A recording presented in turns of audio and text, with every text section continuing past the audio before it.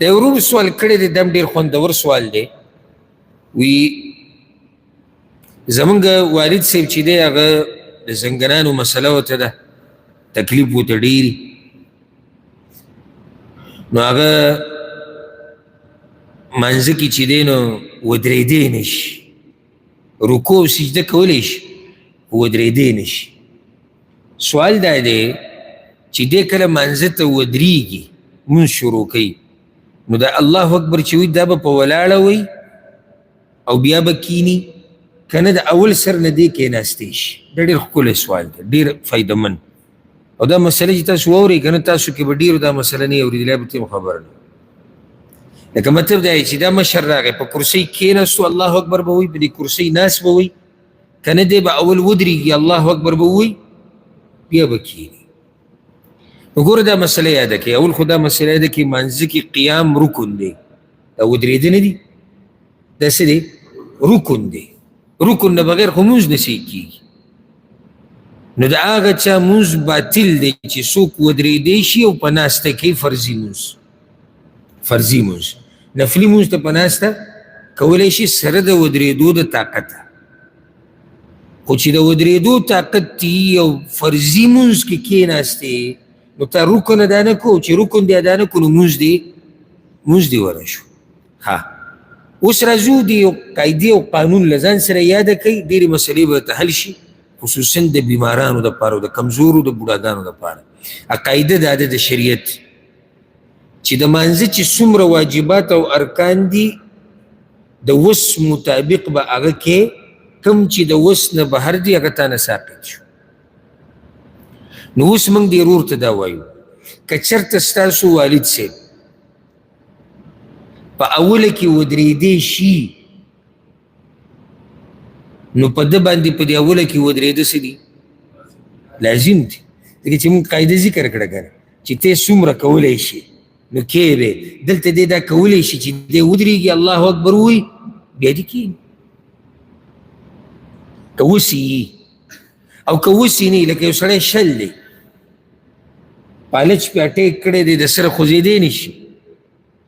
هغه نه دا رکن ټول ساقط شو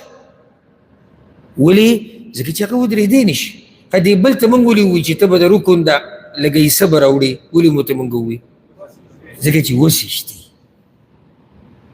او ما په خپلو سترګو داسې خلک لیدلي تاسو به هم لیدلي یې پوه کوئ یې نن دا مسله تاسو واورېده ما لیدلي یې داسې چې دا مشران بعض پکې ما لیدلي یا بیماران چې څه مشکل دی ورته هغه چې څنګه راشي ډایرکټ په دې کرسۍ کښېني او الله اکبر ووایي جومات ته دی راغی ښه را روان دی ولې لکه ته کېناستې الله یاره زه ودرېدی نه شم نو دا تکبیر تحریمه خو تا د قیام په حالات کې ویلی شوه که نه یو ما خو ویلی شوه نو چې ویلی دی شوه نو دا خو ستا وس رسېدو د دغې خو دې وس رسېدو که نه نو چې د دغې دې وس رسېدو ته به ودرېږي الله اکبر به ووایې د هغې نه بعد چې بیا نشي ودرېدی نو بیا کښېنه ورسېدی بې که نه او دا غلطي به تاسو هم نوټ کړي اوس به ستاسو ذهن ته راغلي چې او بعض خلک داسې کوي چې څنګه راشي کرسۍ برابر کړي او ښه ښکلې را روانې روغ رمټ خو چې راشي کرسۍ به برابر کړي به یې به کښېني الله اکبر صبره لږ ته ودرېدی شي یو ګزاره خو کومه لږه ډېره خو ډېر نشم ودرېدی دا تکبیر پکې ویلی شي او دا ویلی شي بس تکبیر ووایه ځکه دا تکبیر تحریمه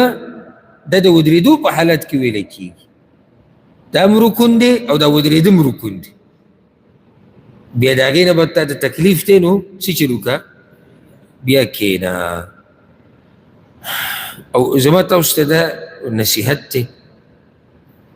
چې خصوصا دغه کسان چې په کرسو باندې مونځونه کوي د دې مسلې ورته وضاحت وکړئ که چېرته تاسو وینئ هغوی په دې غلطۍ باندې دغې دا وړه خبره نه ده ګورئ د دې سره مونځ باطلېږي چې څوک یې قصدن عمدن کوي ځکه چې د قصدن رکن پرېښو صحیح ده پوره رکن خو په ده نشتي خو د رکن څه برخه په ده باندې شتي ځکه چې د هغه کولی شي دا مسله یاده کړئ بله یو خبرې ته که ستاسو خیال تللی لکه یو سړی دی هغه کیناستې نشي، منځ کې کیناستې نشي. نو چې کیناستې نشي نو واضحه ده چې دی به سجده په څه کوي؟ په اشاره باندې. تا وایي چې سجده به په ناسته کوي، دا خو موږ وایو چې هغه په ځمکه کیناستې نشي، په کرسۍ باندې به ناستي، په اشاره به کوي. غلطي دلته د بعضو کسانو څه ده، رکوع ورسره هم بیا په اشاره کوي، حالانکه رکوع دی کولی شي. خیال م دی که نه؟